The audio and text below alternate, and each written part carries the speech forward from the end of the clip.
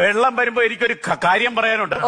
ഈ മൊട്ടത്തലേനും ഈ പെണ്ണുമ്പിള്ളയും കൂടെ 6 മണി കഴിഞ്ഞ് വൈകിട്ട് പൈപ്പിന്റെ ചുവട്ടിൽ കുത്തിയിരുന്നു.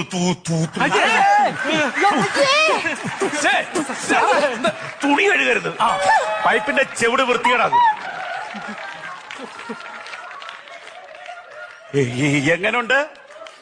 ഞാനിവിടെ പ്രസംഗിച്ചുകൊണ്ടിരുന്നപ്പോ ആ പെണ്ണ് തിരിഞ്ഞ് നടന്നു പോയപ്പോൾ ആ പെണ്ണിന്റെ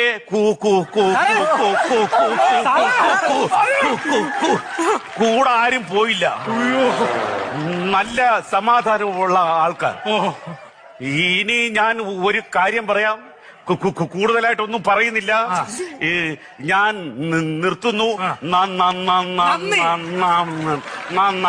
നമസ്കാരം. നീ പോടാ.